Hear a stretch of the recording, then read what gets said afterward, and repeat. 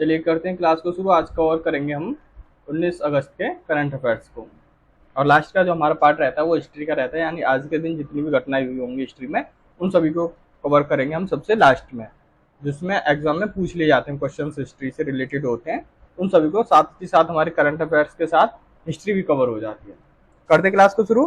पहला क्वेश्चन है हमारा, विश्व एथलेटिक्स कार्यकारी बोर्ड के उपाध्यक्ष के रूप में किसे चुना गया है? यानी कि एथलेटिक कार्यकारी जो बोर्ड है इसके उपाध्यक्ष के रूप में किसे चुना गया है? तो ये चुना गया है आदिल सुमरीवाला को। आदिल सुमरीवाला को एथलीट कार्यकारी बोर्ड के अध्यक्ष के रूप में चुना गया है, जो ग्लोबल ट्रैक और फील्ड प्रबंधन संगठन में किसी भारतीय द्वारा सबसे उच्च पद पर है। 65 वर्षीय, यानी कि इनकी जो उम्र है वो 65 वर्ष है। सुमारीवाला जो भारतीय एथलेटिक जो फेडरेशन है यानी AFI, जो कि हमारी भारतीय एथलेटिक फेडरेशन के अध्यक्ष हैं, जो कि बुधवार को बुडापेस्ट और हंगरी में हुई WUA के चुनावों के लिए जो वोट हुई थी उसके तीसरे सर्वाधिक नंबर के वोट प्राप्त इन्होंने किए हैं। उनकी 4 वर्षीय कार्यकालीन सेवा ये इसमें देंगे, यानी 4 वर्ष का इनका कार्यकाल रहेगा इसमें। वीडियो अच्छी लगा तो लाइक शेयर एंड सब्सक्राइब जरूर कर लिया करो। चलते हैं नेक्स्ट क्वेश्चन पे।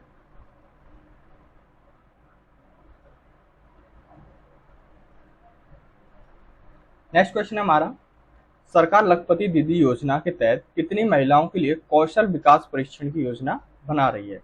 ये बना रही है 2 करोड़ महिलाओं के लिए कौशल विकास प्रशिक्षण की योजना ये बना रही, जो कि बनाई गई है लखपति दीदी योजना के तहत, ये गवर्नमेंट बना रही है। इसका जो उद्देश्य है उनके सूक्ष्म उद्यम शुरू करने के लिए प्रोत्साहित करना है। जो सूक्ष्म उद्योग हैं उनके लिए इन्हें प्रोत्साहित करना है। इसका जो उद्देश्य है, इस योजना का जो उद्देश्य है, ये सूक्ष्म उद्योगों के लिए इन्हें प्रोत्साहित करना, महिलाओं को प्रोत्साहित करना इनका मेन लक्ष्य है। ठीक है, चलते हैं नेक्स्ट क्वेश्चन पे। नेक्स्ट क्वेश्चन हमारा, हाल ही में किस कंपनी ने न्यूयॉर्क में स्थित एक सरल स्टार्टअप ग्लोबल एल्यूमिनेशन का सफलतापूर्वक अधिग्रहण कर लिया है? ग्लोबल एल्यूमिनेशन का सफलतापूर्वक अधिग्रहण किया, ये किया है ओपन AI ने। ओपन AI ये AI से रिलेटेड है, यानी आर्टिफिशियल इंटेलिजेंस से रिलेटेड है। ओपन AI ने न्यूयॉर्क में स्थित एक सरल स्टार्टअप ग्लोबल इल्यूमिनेशन का सफलतापूर्वक अधिग्रहण कर लिया है, जो कि एक नवीनतम रचनात्मक उपकरण, डिजिटल अनुभव और मौजूदा जो मजबूत बुनियादी ढांचे उनको तैयार करने के लिए AI की शक्ति का इन्होंने उपयोग करता है, जो कि करता है स्टार्टअप ग्लोबल इल्यूमिनेशन। इसका आंसर था ओपन AI। ओपन AI ने ये अधिग्रहण कर लिया है। चलते हैं अब नेक्स्ट क्वेश्चन पे।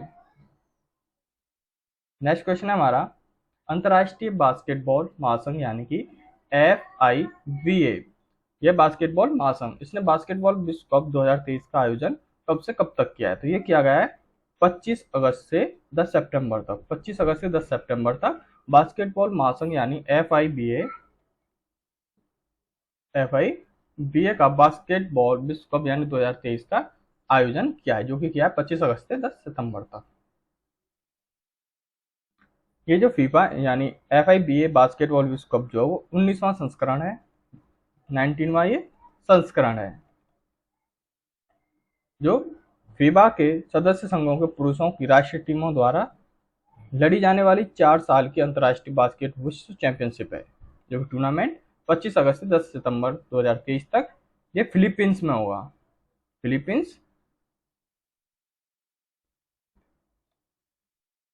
फिलीपींस और जापान,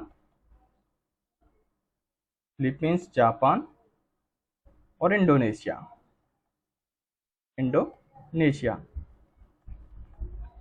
इनके द्वारा से आयोजित ये किया जाएगा। फिलीपींस, जापान और इंडोनेशिया द्वारा ये 19वां संस्करण बास्केटबॉल महासंघ यानी FIBA ये आयोजित किया जाएगा, जो किया जाएगा 25 अगस्त से 10 सितंबर तक।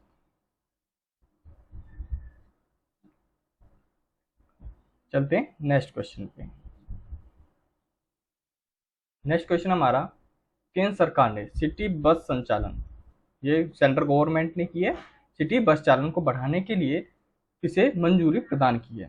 तो ये की गई है पीएम ई बस सेवा को। पीएम ई बस सेवा को केंद्र सरकार ने सिटी बस संचालन को बढ़ाने के लिए मंजूरी प्रदान की है,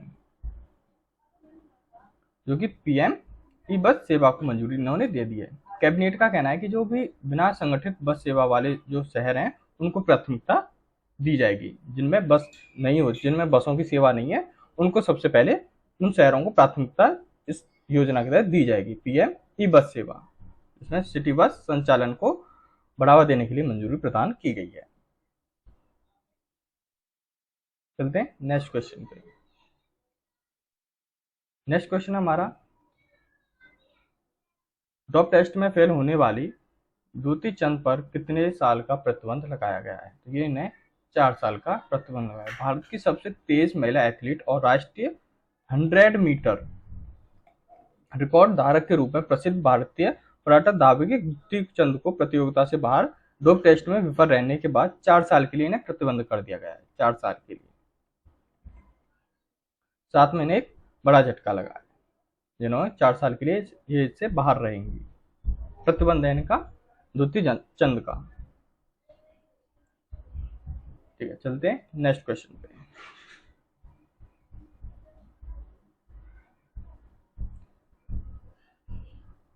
नेक्स्ट क्वेश्चन है हमारा, हाल ही में सेबी ने किसे पूर्णकालिक सदस्यों के रूप में नियुक्त किया गया है?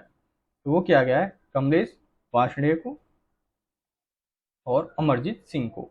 कैबिनेट को नियुक्त समिति यानी एसीसी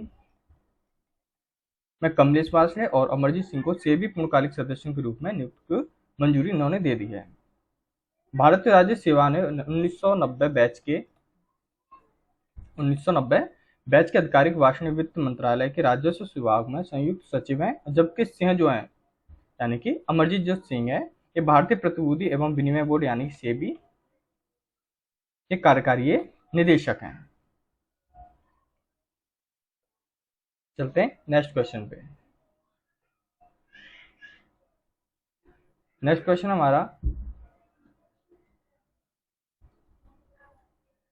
किस पहलवान ने जॉर्डन में पुरुष के 61 किलोग्राम यानी 61 किलोग्राम फ्री स्टाइल वर्ग के अंडर 20 विश्व चैंपियनशिप इन्होंने जीती है? तो ये जीती है मोहित कुमार, भारतीय पहलवान मोहित कुमार ने। भारतीय पहलवान जो मोहित कुमार हैं, इन्होंने जॉर्डन में पुरुषों के 61 किलोग्राम की फ्री स्टाइल वर्ग के अंडर 20 विश्व चैंपियनशिप इन्होंने अपने नाम किया है, जो किया है मोहित कुमार ने। इसका आंसर था मोहित कुमार।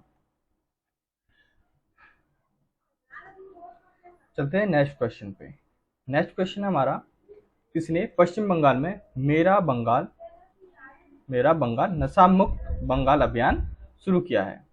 मेरा बंगाल नशा मुक्त अभियान शुरू किया गया है, इसका शुभारंभ किया है। तो ये किया गया है राष्ट्रपति द्रौपदी मुर्मू द्वारा इनका शुभारंभ किया गया है, मेरा बंगाल नशा मुक्त बंगाल अभियान। यह अभियान का उद्देश्य समाज और देश में नशीली जो दवाएं हैं उनके दुरुपयोग से मुद्दे को संबोधित करना है।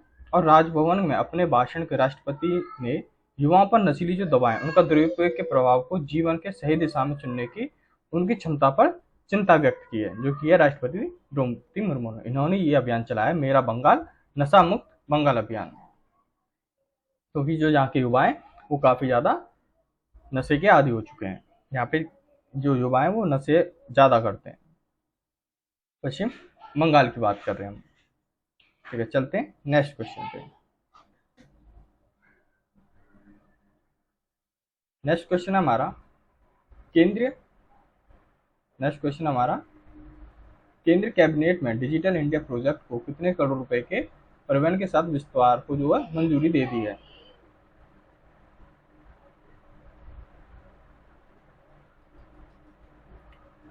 जो केंद्रीय कैबिनेट डिजिटल इंडिया जो प्रोजेक्ट है उसको 14,903 करोड़ रुपए की विस्तार को, इसको परिवहन की विस्तार को मंजूरी इन्होंने दे दी है, जो दी है 14,903 करोड़ रुपए की, जो कि केंद्रीय कैबिनेट ने डिजिटल इंडिया प्रोजेक्ट के लिए दिया गया है। परियोजना के तहत 5.25 लाख आईटी प्रोफेशनल को रिस्किल्ड और अपस्किल्ड किया जाएगा और 2.65 लाख लोगों को इंफॉर्मेशन टेक्नोलॉजी की ट्रेनिंग दी जाएगी। इसके अलावा डिजिटल इंडिया परियोजना के तहत नेशनल सुपर कंप्यूटर मिशन यानी कि एनसीएम। एनसीएम मतलब नेशनल सुपर कंप्यूटर मिशन के तहत 9 और सुपर कंप्यूटर इसमें जोड़े जाएंगे। इसमें 9 कंप्यूटर और जोड़े जाएंगे। ठीक है, चलते हैं नेक्स्ट क्वेश्चन पे। नेक्स्ट क्वेश्चन हमारा, खुदरा मुद्रास्फीति के कितने प्रतिशत के साथ 15 महीने के उच्चतम स्तर पर पहुंच गया है? यानी कि मुद्रास्फीति, खुदरा मुद्रास्फीति कितने प्रतिशत के साथ 15 महीने में सबसे उच्च स्तर पर पहुंच गया है? तो वो कितना परसेंट रहा है? ये रहा है 7.44% रहा है ये मुद्रास्फीति का 15 महीनों के अंदर सबसे उच्चतम रहा है 7.44। पिछले महीने के दौरान जो सब्जी विशेषकर टमाटर की कीमतों में उम्मीद अधिक बढ़ोतरी को एक तीव्र वृद्धि के लिए जिम्मेदार ठहराया जा सकता है। जुलाई 2023 में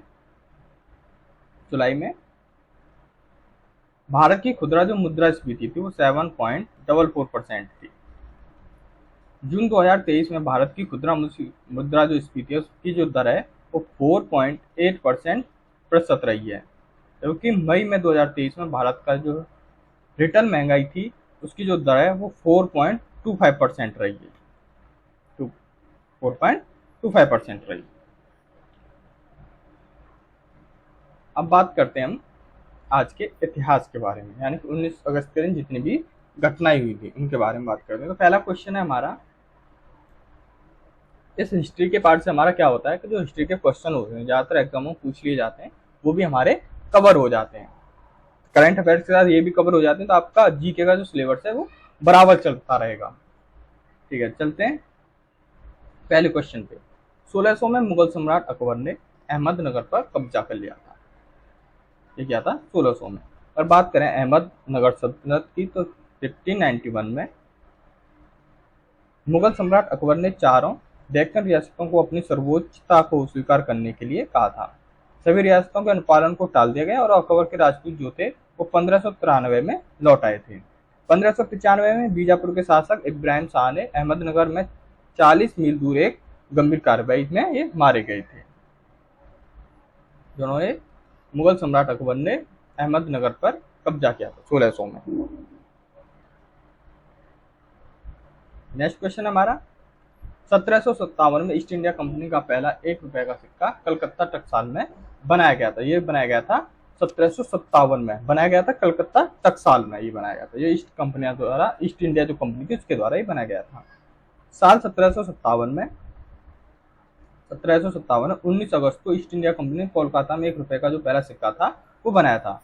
कंपनी द्वारा बनाया गया जो पहला सिक्का था वो बंगाल के मुगल प्रांत में इन्होंने चलाया था। अगर पूछ लिया था कहाँ चलाया गया था तो ये बंगाल के मुगल प्रांत में ये चलाया गया था। बंगाल के मुगल प्रांत में चलाया गया 1757 में बनाया गया था। और सबसे पहले जो चलाया गया था जो ईस्ट इंडिया गवर्नमेंट ने, ईस्ट इंडिया कंपनी जो थी इसने जब ये सिक्का बनाया था, ये जो सिक्का है वो मुगल प्रांत में सबसे पहले इन्होंने चलाया था। दरअसल बंगाल के नवाब के साथ एक संधि के तहत ईस्ट इंडिया कंपनी ने साल 1757 में यह टकसाल बनाई थी। 1757 में ये टकसाल बनाई थी, कलकत्ता में टकसाल, जहाँ पे ये सिक्के बनते हैं, जो कि ईस्ट इंडिया कंपनी ने बनाई थी। नेक्स्ट क्वेश्चन हमारा, विश्व फोटोग्राफी दिवस की शुरुआत 1839 में हुई थी। विश्व जो फोटोग्राफी दिवस है उसकी शुरुआत जो वो 1839 में की गई थी। क्वेश्चन मतलब फोटोग्राफी दिवस की शुरुआत जब कब की गई थी तो वो 1839 में की गई थी, जिसकी घोषणा फ्रेंच एकेडमी ऑफ साइंसेज ने की थी, इसकी फोटोग्राफी दिवस की। उसके बाद हर साल 19 अगस्त को विश्व फोटोग्राफी दिवस के रूप में मनाया जाता है, जबकि फोटोग्राफी का दुनिया में पूरी तरह से अब बदल चुकी है। आज जिसके पास स्मार्टफोन है वह एक फोटोग्राफर है, और स्मार्टफोन के कैमरे आजकल डिजिटल कैमरे को भी, जो DSLR कैमरे हैं उनको टक्कर दे रहे हैं, जो कि आजकल फोनों में आ रहे हैं कैमरे। चलिए चलते हैं नेक्स्ट क्वेश्चन पे। 1949 में कटक के स्थान पर भुवनेश्वर को उड़ीसा की राजधानी बनाया गया था। उड़ीसा को जो भुवनेश्वर है वो उड़ीसा की राजधानी कब बनाया गया था? तो 1949 में ये भुवनेश्वर को जो है वो उड़ीसा की राजधानी बनाई गई थी। जब भुवनेश्वर को राजधानी बनाने का निर्णय लिया गया था, प्रसिद्ध वास्तुकार ओट्टो कोर्जिनबर्गर को टाउन प्लान जो प्लान था उन्हें बनाने की जिम्मेदारी सौंपी गई थी। पूरी तरह से नए रंग रूप में तैयार हो जाने के बाद 19 अगस्त 1949 को कटक ने पूर्ण रूप से नई राजधानी भुवनेश्वर में स्थानांतरित कर दी थी। कटक थी इसके पहले, उड़ीसा की जो राजधानी थी वो कटक थी। कटक के बाद जब भुवनेश्वर हुई थी वो 1949 में की गई थी, 19 अगस्त 1949 में, उससे पहले कटक थी। ठीक है, चलते हैं नेक्स्ट क्वेश्चन पे। 1796 में स्पेन और फ्रांस ने ब्रिटेन में गठबंधन के खिलाफ हस्ताक्षर किए थे। स्पेन और फ्रांस ने ब्रिटेन गठबंधन के खिलाफ इन्होंने हस्ताक्षर किए थे, स्पेन और फ्रांस ने। फिर आता है 1919 में अफगानिस्तान ने ब्रिटेन से अपनी स्वतंत्रता की घोषणा की थी।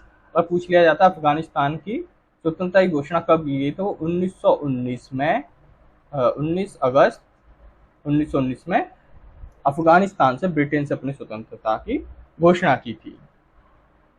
धन्यवाद, आज के लिए बस इतना ही। वीडियो कैसी लगी कमेंट में जरूर बताना। धन्यवाद मेरे चैनल में जुड़े रहने के लिए।